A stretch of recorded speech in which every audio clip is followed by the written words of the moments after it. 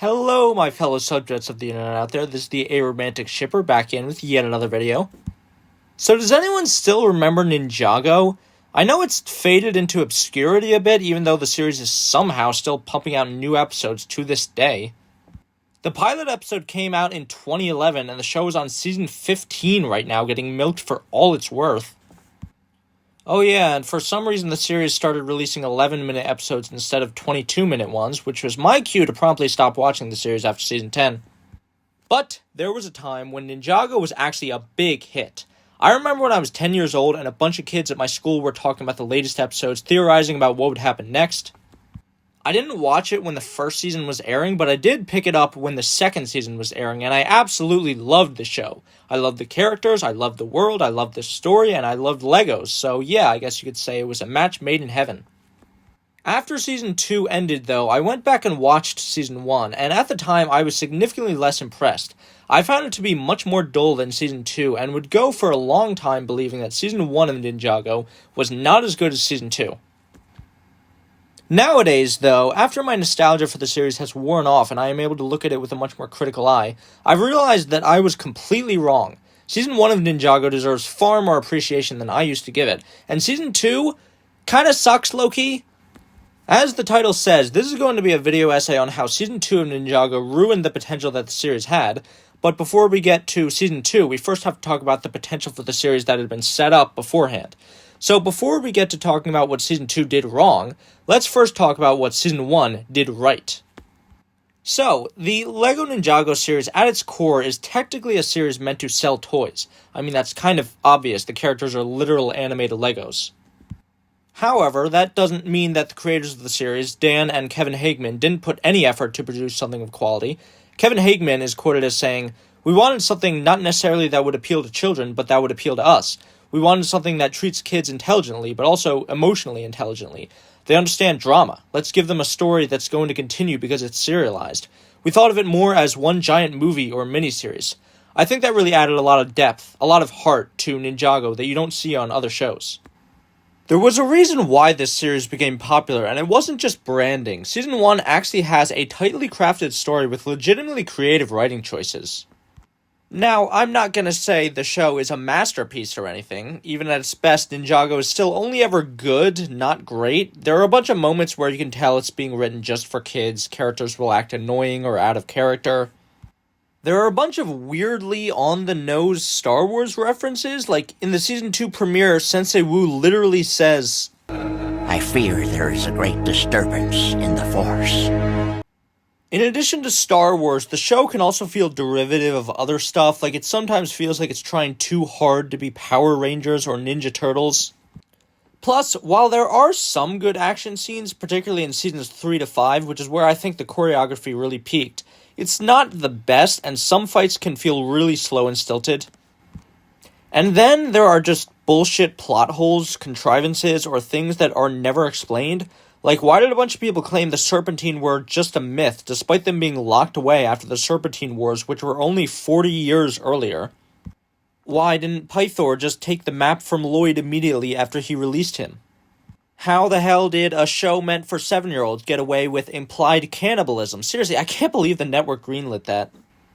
Ninjago actually has a way deeper and more complex lore than you would think, but it is not delivered in a smooth manner. I mean, I really admire the showrunners for creating such an intricate and complex history of the world instead of just keeping the world building flat and one-dimensional, but it's also incredibly hard to understand because it was obvious the creators of the series just made a bunch of this shit up as they went along and retconned a bunch of stuff, while never even establishing basic world building like whether or not Ninjago City actually has a standing army to defend itself from threats, or if it relies on a bunch of candy-colored magic ninjas to bail it out every time. And my goodness, don't get me started on the time travel plotlines. However, despite me having a lot to bitch about in terms of its problems, there are also things to legitimately praise about the show too. See, with kids' cartoons, you have your Gravity Falls and your Avatars, kids' cartoons that you'll still be coming back to when you're 30 years old thinking that they're masterpieces. And you have your Johnny Tests and your Breadwinners, the kids' cartoons you look back and say to yourself, what was I thinking? And then in between those, you have your total dramas and your Lego Ninjagos that technically aren't that great, but you can still rewatch them and definitely understand why they used to appeal to you so much. Even though, in my opinion, total drama fucking sucks, and I don't understand why adults still look back on it fondly. But back to Ninjago, let's start talking about what is so great about it. The best thing about Season 1, and in my opinion what led to it becoming really popular in the first place, is the pacing. There really aren't any filler episodes, and every episode progresses the plot in some way, keeping the status quo in constant flux while also not going too fast and rushing through the story, allowing the narrative ample time to develop and giving adequate screen time and focus to every character. The 2 pilot episodes introduce the world, the characters, and the main threat, but despite being somewhat episodic, the rest of Season 1 isn't just standard Monster of the Week. The first episode of Season 1 proper introduces the new elements of Lord Garmadon's son, the Green Ninja Prophecy, and the Serpentine. In Episode 2, Zane's character gets focus and developments, a mysterious falcon is introduced, the previous leader of the Hypnobrai is usurped, and the main lodging place of the ninjas, the monastery, is destroyed, with them moving into an entirely new location at the end. In Episode 3, another Serpentine tribe is unleashed, with their powers being displayed, and Jay gets focus and character development, with his family history being introduced. And oh yeah, that new location the ninjas set up shop in an episode ago is turned into a badass flying boat.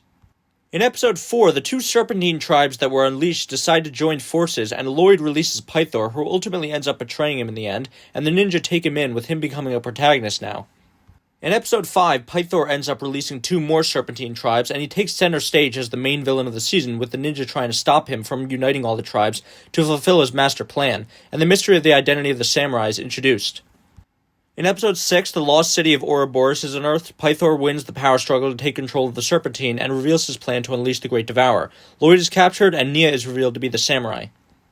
In Episode 7, unquestionably the best episode of the season, and one of the best in the whole show, we get the backstory for the Great Devourer, Lord Garmadon, and Sensei Wu, who travels to another dimension to retrieve his brother. And that's just the subplot, since in the main plot, the mystery of the Falcon is revealed, and Zane is revealed to be a robot, with him getting great character development and being the first one to unlock his full potential. Yo, for real though, can we all just agree that Zane is easily the best character in the series? I want all my Zane stans out there to make your voice heard about how great he is in the comments.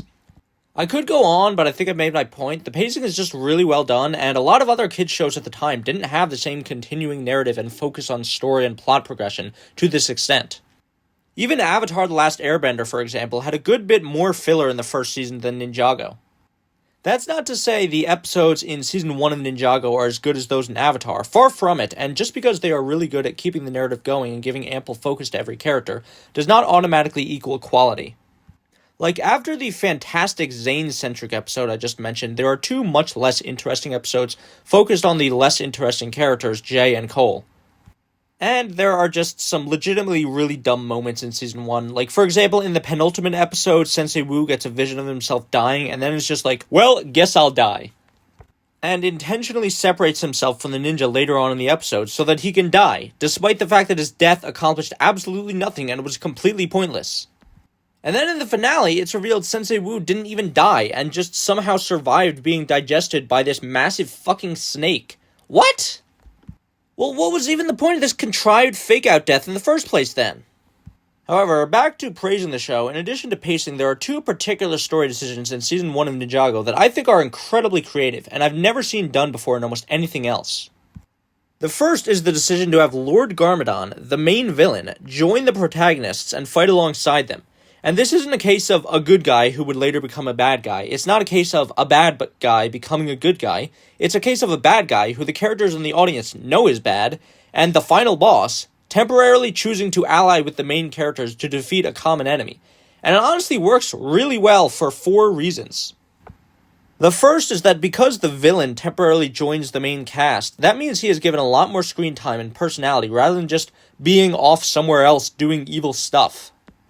The second is that the audience is able to see that Lord Garmadon isn't just your standard evil for evil's sake villain. He will work with the heroes if it suits his needs, and he does legitimately care about his son and will put himself on the line to save him. For a comparison, this would be like if in the original Star Wars trilogy, Darth Vader temporarily joined the rebels to try to take out Emperor Palpatine because he was threatening Luke's life. It's really cool. And the third is that Lord Garmadon is also just such an entertaining character. I love how he constantly just has this massive grin on his face because he knows how on edge the ninja are to have him around and revels in annoying them and fucking with their heads. And the fourth is that freaking moment in the finale where Garmadon comes in where all hope seems lost and saves the city by destroying the Great Devourer, the very thing that poisoned his mind and corrupted him in the first place by using the 4 golden weapons which he had been after the entire time. That was just, so fucking cool! And the perfect way to end the season with all the different plot points and elements coming together in the end in a satisfying way. So yeah, Lord Garmadon is fucking awesome in this season and is utilized incredibly well. I sure hope they don't ruin him in season 2. The second story decision in Ninjago Season 1 that I think was brilliant was the reveal of who the Green Ninja is.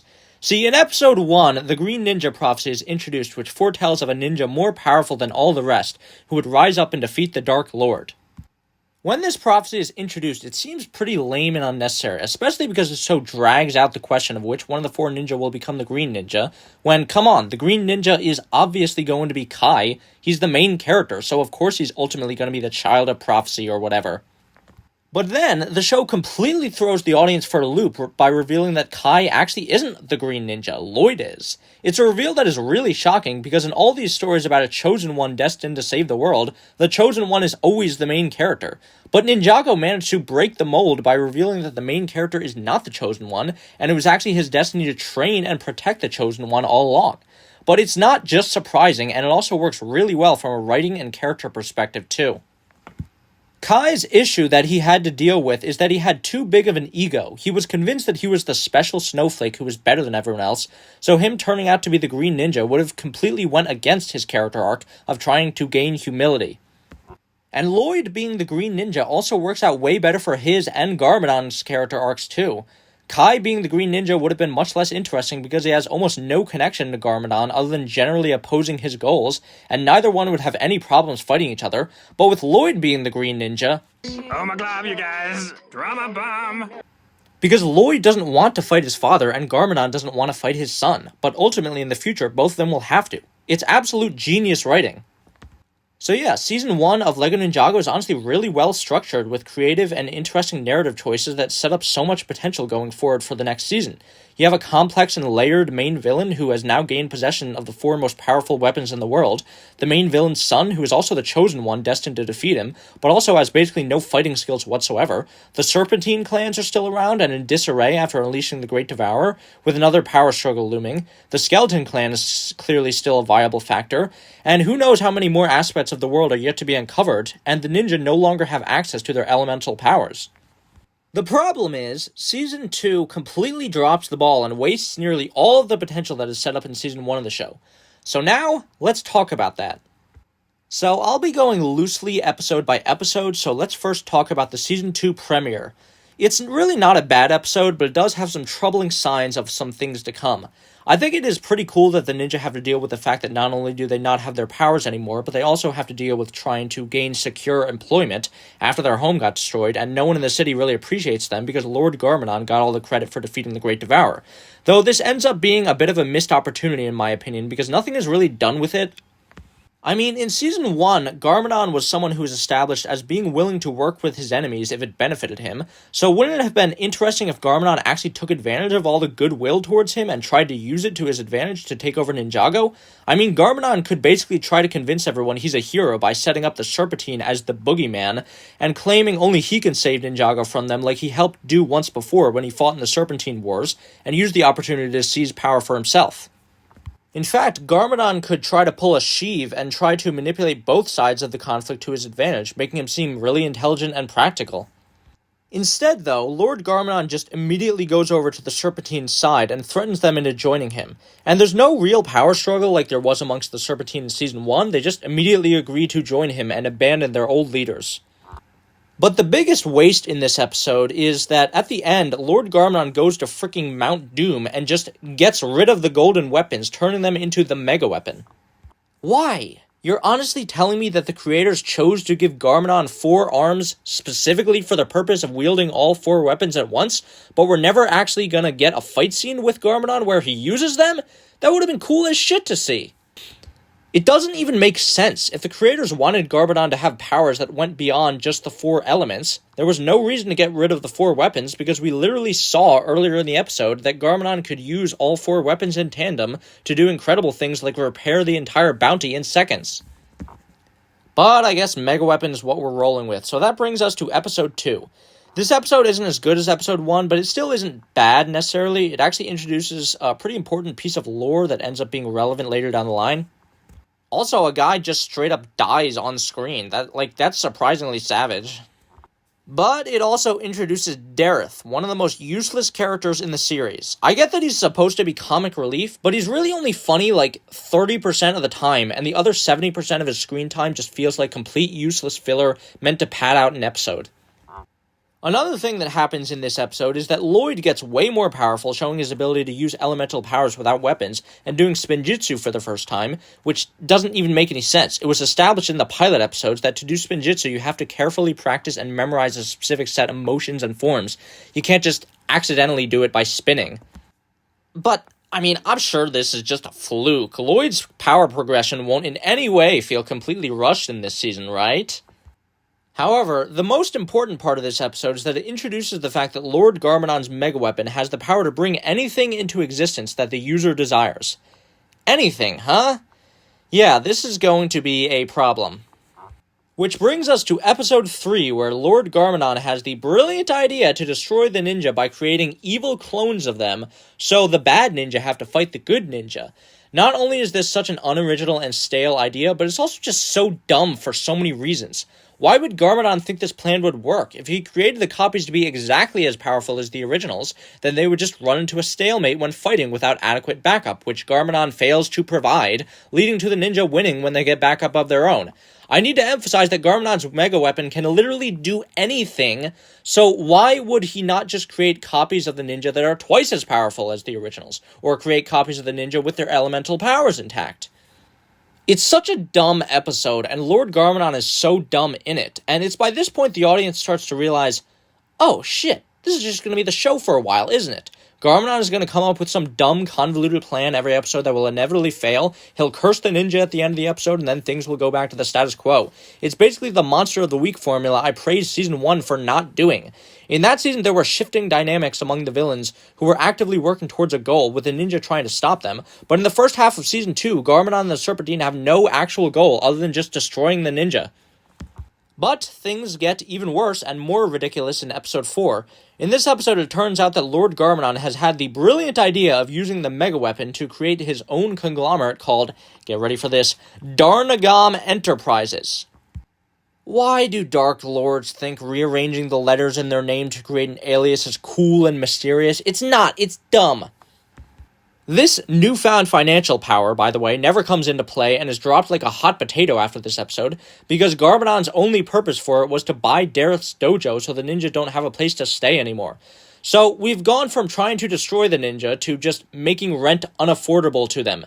This is honestly pathetic, and the reason given for why Garmadon wants to do this, so that Lloyd will never be able to finish his training, makes no sense. Dareth's dojo was not providing Lloyd with anything particularly important for his training, at least that they couldn't find elsewhere. At most, Garmadon was only mildly inconveniencing his training. You know what would have been more effective at stopping Lloyd's training, dude? Killing his fucking teachers! So then what happens in the episode is the ninja have to stave off homelessness again by entering Ninja Ball Run, a road race where, get this, Garmadon, the Serpentine leaders, and the Skeleton Clan also compete for the grand prize. What am I watching right now? These guys are supposed to be villains. Why are they wasting their time competing in a fucking road race? And then when it looks like the ninja are going to win, Garmadon gets the brilliant idea to use the Mega Weapon again and open up a crevice in the earth that their ride can't cross. And he's, so fucking pleased with himself when he thinks they are going to lose. Bro, come on, making sure the dojo shuts down is not really the massive win you seem to think it is. But of course, even using the Mega Weapon, Garmadon still fails to accomplish his meager objective, and the ninja end up winning the race and then steal the bounty ship back from him too. Then Garmadon has a fucking temper tantrum complaining that the ninja cheated, and then he has to get bailed out and saved by the Serpentine leaders that he spurned 3 episodes ago. It's unbelievably frustrating how incompetent and pathetic Lord Garmadon is portrayed in Season 2. And seriously, why is he so whiny? He complains and throws hissy fits all the time. I mean, what were the Hageman brothers thinking? Garmadon was such a good character and so cool in Season 1, and it makes the audience really want to see just how menacing he is as a villain. And in Season 2, he is a complete joke! He literally has a weapon that can create anything he imagines, an entire Serpentine army serving him, and the ninja don't even have powers anymore, and he still loses to them every time. Heinz Doofenshmirtz is a more competent villain than him. Let that sink in. And the reason why Garmadon is written this way is because he has to be. Because if he were written as if he had more than 2 brain cells to rub together, the ninja would be dead by episode 3.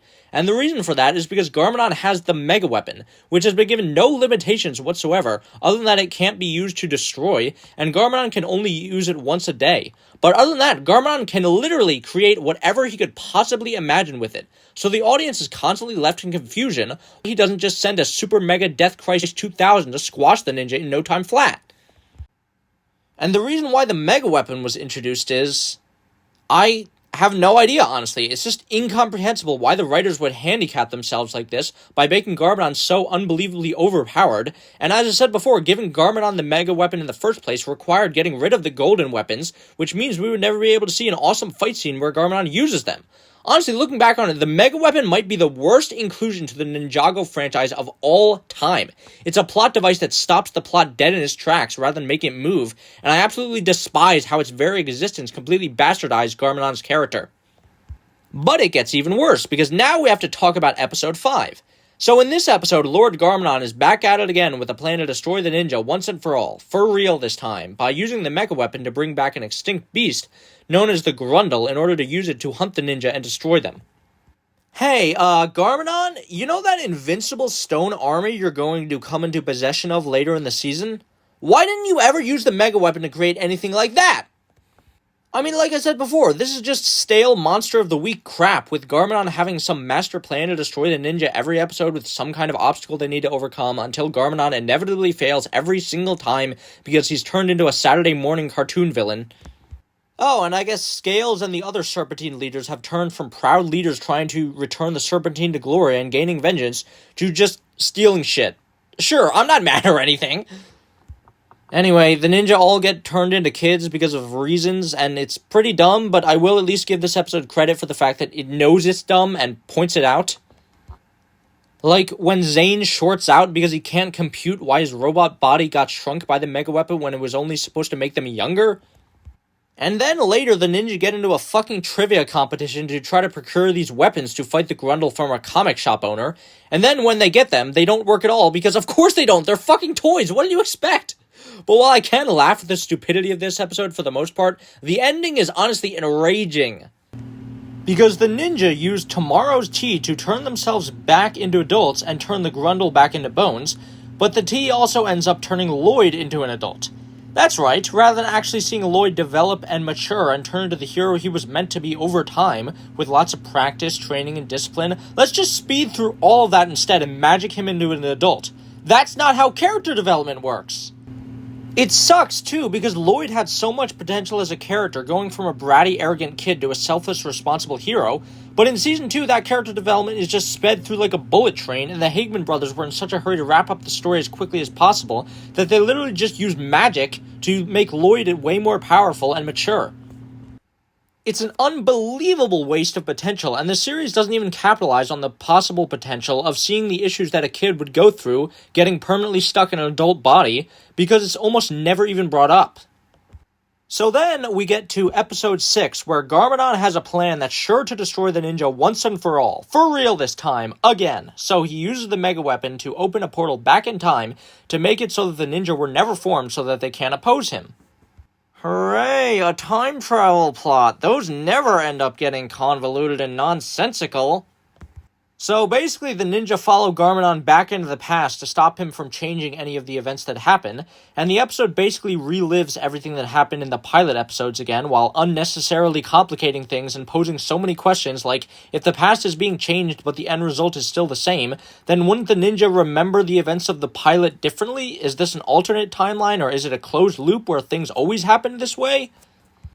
And I know the timeline was reset somehow when the mega weapon was destroyed, but that raises even more questions. Like, how did Garbodon gain control of the Serpentine in the present day if the mega weapon was just made to never exist? And why were the remains of the mega weapon still hurtling through space on a comet in Season 3? It's so confusing, and the only reason why this episode exists in the first place is nostalgia, and so that the writers have an excuse to get rid of the mega weapon, which, first of all, finally... But secondly, why did he even introduce it in the first place if it was going to amount to absolutely nothing? And Lloyd was just going to forget it was ever even a thing. Why did you have to write the golden weapons out of the story for the purposes of creating it? What the fuck were the Hageman brothers thinking? But anyway, now with those 6 episodes of bullshit out of the way, now that the thing handicapping the plot is finally gone, the second half of Season 2 will probably be much better than the first half, right? Well... yes, but it's still not great. After 6 episodes worth of useless filler, the story actually starts progressing again with the lead up to the Dark Island arc. In episode 7, the Great Devourer's venom starts bringing a bunch of museum merchandise back to life, which doesn't even make any sense. Why would it have an effect on inanimate objects rather than, actual people exposed to it? In fact, if the writers were going to have Sensei Wu survive being eaten by the Great Devourer, why didn't they have him suffer actual consequences like being infected with the Devourer's venom and becoming corrupted? It would make more sense than Wu turning into an evil cyborg for 3 episodes in Season 3. Well, regardless, in this episode, Lloyd's mother gets introduced kind of out of nowhere, but that's nothing compared to the massive info dump she gives, where it is revealed that the true enemy the ninja need to defeat is an eternal being of darkness known as the Overlord. This reveal was never once built up to or foreshadowed before this episode, and I love how Wu just pretends like he always knew about the existence of the Overlord, but just never told the ninja because he, for some unearthly reason, thought it would be better if they didn't know about the ultimate being of evil they have to defeat in order to save the world. No you didn't, Wu. The Hageman brothers obviously made this shit up as they went along. And what bothers me about it is that this means the prophecy of the Green Ninja defeating the Dark Lord doesn't actually have anything to do with Garmadon. It just means that Lloyd has to fight against the Overlord, an evil for evil's sake force of darkness that has no relation to Lloyd whatsoever. And yes, Lloyd eventually does end up fighting against his father later in the season, but it's just much less impactful because he's not really fighting against his father, he's fighting against the Overlord, who is just controlling Garmadon like a puppet on strings. Speaking of Garmadon, let's check back in with him to see what he's doing. Oh! He got betrayed by the Serpentine and stranded out at sea? Our main villain, everyone! And really, I think that's the biggest problem with Season 2. Lord Garmadon is a terrible villain. Don't get me wrong, I like Garmadon. I think he's a really cool character, which is why Season 2's butchering of him just pisses me off to no end. Garmadon is supposed to be the main villain of Season 2. He's been built up as the big bad of the series ever since the pilot episode, and yet Garmadon never actually gets a chance to be the big bad. Think about it. For the first half of Season 2, Garmadon is written to be the most incompetent human being alive, who loses everything by Episode 7, despite having literally every advantage possible in the season premiere. And then, rather than working to build himself back up by his own efforts, the Overlord just basically gives him an invincible stone army to use, and he spends the whole Dark Island arc being manipulated by the Overlord, and the only real importance he ends up having in the story is just as a vessel the Overlord can use to give himself a body again. The Overlord is literally hijacking his role in the story by taking over his body and erasing his personality. The ironic thing is that Garmadon is consistently a really great character when he's not filling a straight-up villainous role. He was great as an anti-hero in Season 1, and he's also great as a good guy in Seasons 3 and 4 after he is cured of the Great Devourer Venom, but as an actual villain in Season 2, he sucks so hard! It's just such a shame to see all the potential Garmadon had as a villain be completely squandered this season. But anyway, I guess we should get to talking about what happened in the rest of the season now, since there's still 6 episodes left. In Episode 8, the Serpentine make a plan to get their revenge on Ninjago, which immediately fails as they are trapped underground. Turns out they were only a plot device this whole time for opening the Tomb of the Stone Warriors, and they don't appear again until Season 3, where they're just good now, I guess. It's so nice to see that they amounted to absolutely nothing! Thanks, I hate it. That said, after they are sealed away, the new story arc does get kind of interesting. Ninjago City gets attacked by an indestructible stone army and everyone has to flee, and then the ninja cast off on their journey to the Dark Island, which is honestly a pretty cool location. Also, I know I gave the Overlord a lot of shit before for hijacking Garmadon's storyline, but the Overlord honestly isn't a bad villain. Like I said before, he's not terribly complex, and he really is just evil for evil's sake, but his voice just does a lot of heavy lifting in making him a genuinely engaging and terrifying villain. The voice actor is Scott McNeil, and he honestly deserves a trophy for his performance, as he did an absolutely perfect job going for a raspy, gargled, almost out-of-breath voice that, coupled with the angles used in the show and how the Overlord is this constant unholy energy surrounding Garmadon, makes the Overlord genuinely unnerving. I will say, though, that I think the Overlord actually becomes less scary after he takes over Garmadon's body and becomes this giant over-the-top dragon thing. He was just more interesting when he was a devil whispering in Garmadon's ear. Anyway, continuing on, in episode 9, the ninja cast off for the Dark Island, and surprise, surprise, find out Zane's father is actually alive. I know, it's kind of a bullshit retcon, but I don't actually mind it that much, mostly because it gives the chance for Zane to be in the spotlight, and any episode where that's the case is immediately going to be much more enjoyable for me. It is just really weird to me, though, that the show went to the trouble of bringing him back to life only to kill him off-screen between seasons 2 and 3. Then in episode 10, they finally get to the island, and I actually do really like the scenario of the ninja having to try to move around it to make it to the Temple of Light undetected, because they can't really do anything to harm the Stone Warriors. I mean, the story is actually engaging and tension-filled again, unlike the first 6 episodes of the season, and there are some legitimately entertaining action and chase sequences. Also, the Temple of Light scene in this episode was actually really good. Episode 11 is another good episode. The ninja need to hurry to set the stone army helmet back on that really well-designed clock in order to stop the final countdown, but fail, and so the Garmatron is finally unveiled. In episode 12, the penultimate episode, the ninja rush to stop Garmadon from using the Garmatron to corrupt Ninjago, and all spend time reminiscing about their old adventures and friendship. This probably would have been more impactful if we had spent more than 26 episodes together with these characters, but whatever. This episode also isn't really bad, but there is just some kind of silly stuff in it.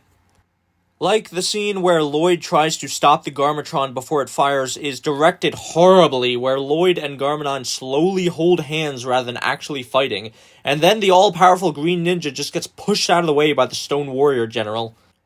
And then there is the actual fight between Lloyd and Garmadon after the Overlord takes over his body, which is fine, I guess, but also somehow manages to feel like it's ripping off Star Wars, Dragon Ball Z, and Harry Potter all at the same time. And then we finally get to the finale where the Overlord takes over Ninjago and starts turning everyone evil. And Lloyd gets a super mech to fight him because Chosen won, and the dragons come back to give everyone a ride off the island because plot. They get to Ninjago City and try to fight off the Stone Army but get overwhelmed until they are saved by Dareth the Brown Ninja, who just happens to stumble upon the helmet controlling all of them and puts it on, becoming commander of the Stone Warriors. Like, you know how I said before that Dareth is only funny about 30% of the time? Yeah, this is that 30%. I actually laughed a lot at this.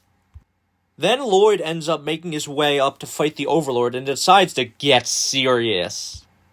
And puts on his mask for some reason, and I just laughed at this moment because the point of a mask is to hide your face and protect your identity, but there's no reason to wear a mask when you're fighting a giant fucking dragon who knows full well who you are and what you look like.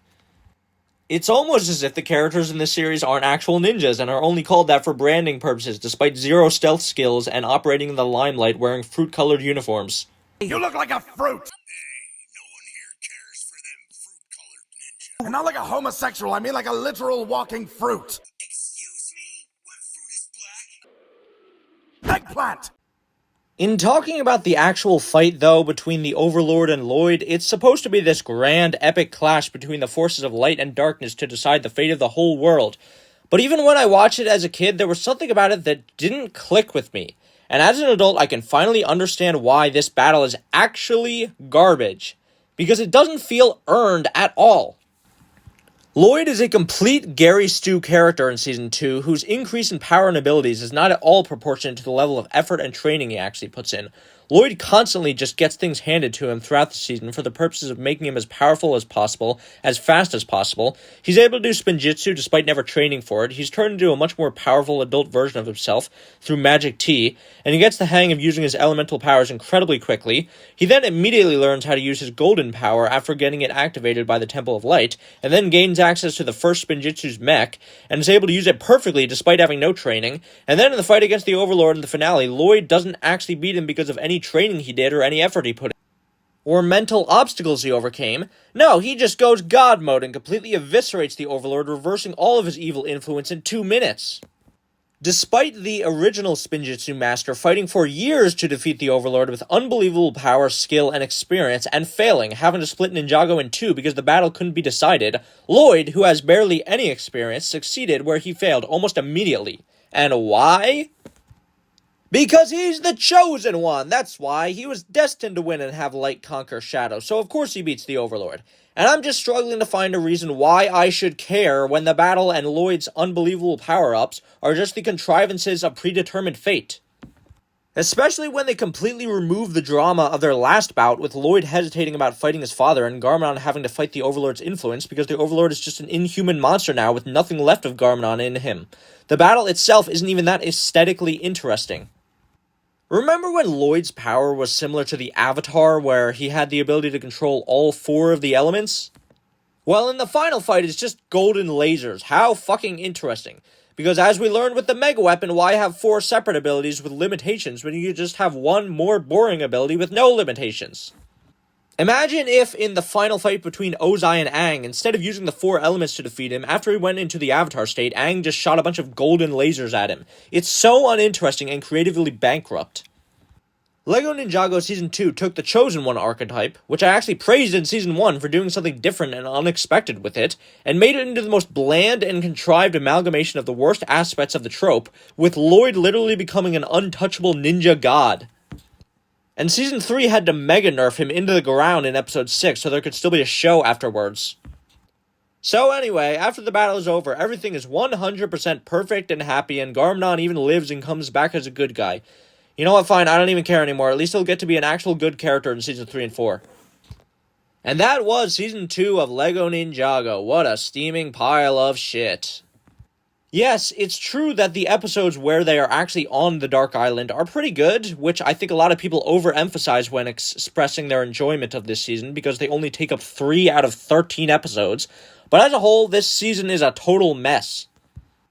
It somehow manages to feel like it's dragging its feet and wasting time for half of it, while also feeling incredibly rushed at the same time. It wastes so much potential that the first season set up and pretty much directly spits in the face of the best aspects of that season. Lloyd and Lord Garmadon are the worst offenders, with their character arcs being handled incredibly poorly, and Lord Garmadon in particular just being completely bastardized in comparison to the intimidating badass Dark Lord he was in Season 1. And like I said before, the final battle between Lloyd and the Overlord is so incredibly lame and does not get a sliver of emotional attachment out of me like there should be if there was actual good development and build-up to this that didn't feel completely contrived. So why is Season 2 like this? Well, without letting the writers off the hook for their failures, this season really does reek of executive meddling in a lot of ways. It feels to me watching it that the executives basically forced the writers into having the first half of the season be episodic filler in order to fill some sort of quota. I found this one comment on a video that seems to confirm my theory, but I didn't verify it or anything, so take it with a grain of salt. As a Ninjago fan, it is clear they needed to stall until they were allowed to release the next wave of sets. The gap between episodes 6 and 7 is a little over a month, and they realized, oh wait, the Green Ninja is normal-sized. As a result, we get a lot of strange filler and an age-up that seems to make a lot of people forget that, hey, reminder, Lloyd is still a younger child and not a teenager like everyone else. You can literally remove every episode here and the plot would not change, and things that did change can just be written in something that takes like 2 seconds to explain. Lloyd ages due to the time skip, weapons are destroyed due to the impact of destroying the Great Devourer. There, done. And reading that out loud, wow, that makes a lot of sense. It's so infuriating that the fact that this show needs to sell toys could mess with the story and episodes to this extent, rather than the story and episodes affecting which toys are made.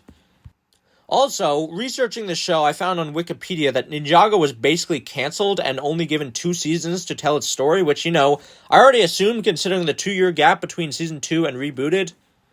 Meaning, the writers were then forced to try to end the story they built up as soon as possible in 7 episodes, even though there should have been at least one more season after season 2 to wrap up all the story arcs and loose ends present.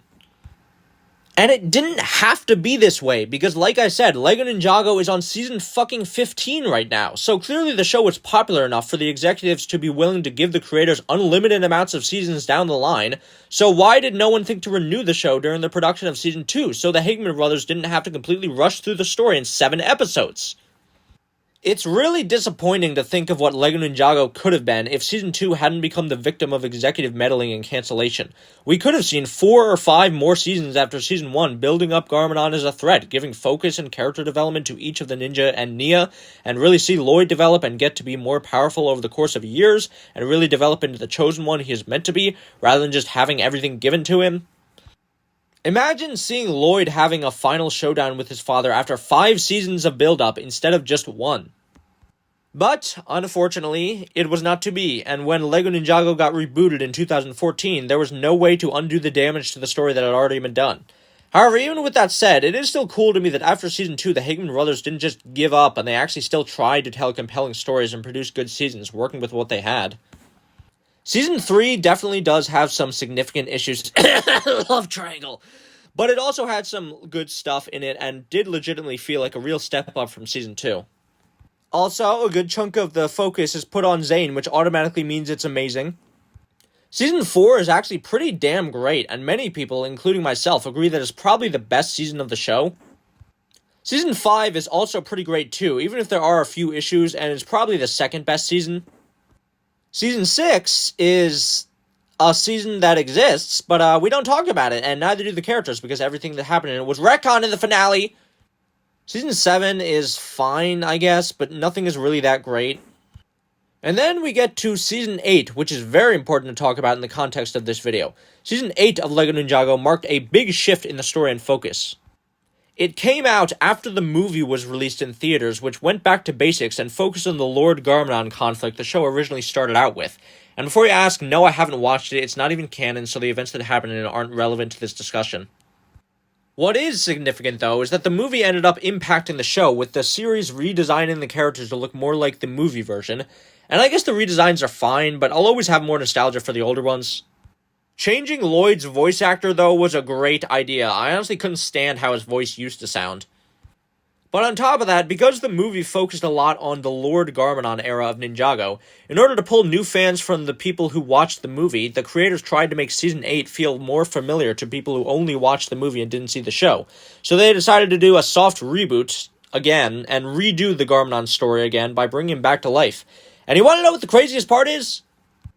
Low-key, it was kind of good. I mean, of course I have my issues with Season 8, and I don't think it's anywhere near perfect, but it just felt good for the series to actually have a continuing narrative again, with Season 8 leading into the events of Season 9, and then the events of Season 9 leading into Season 10.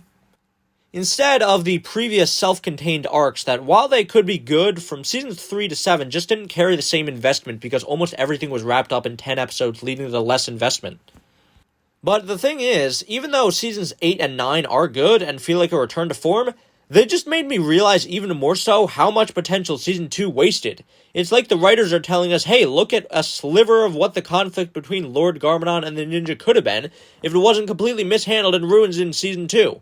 Seasons 8 and 9 simply aren't as impactful as they could be because we're just retreading old ground again, and because this conflict is not one that has been built up and developed over 7 seasons. It was set up in Season 1, ruined in Season 2, and then promptly pushed to the sidelines for 5 more seasons, with the ninja fighting computers and wizards and ghosts and time travelers.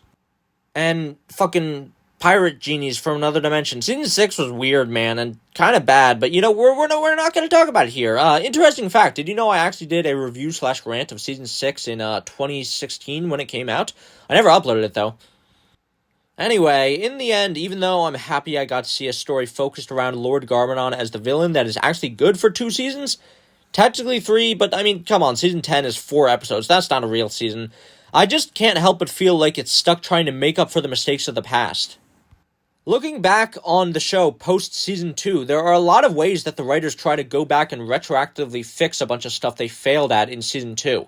Like, in Season 3, they have Lloyd go through an arc of trying to become more humble and train to be a better fighter rather than just relying so much on his golden power.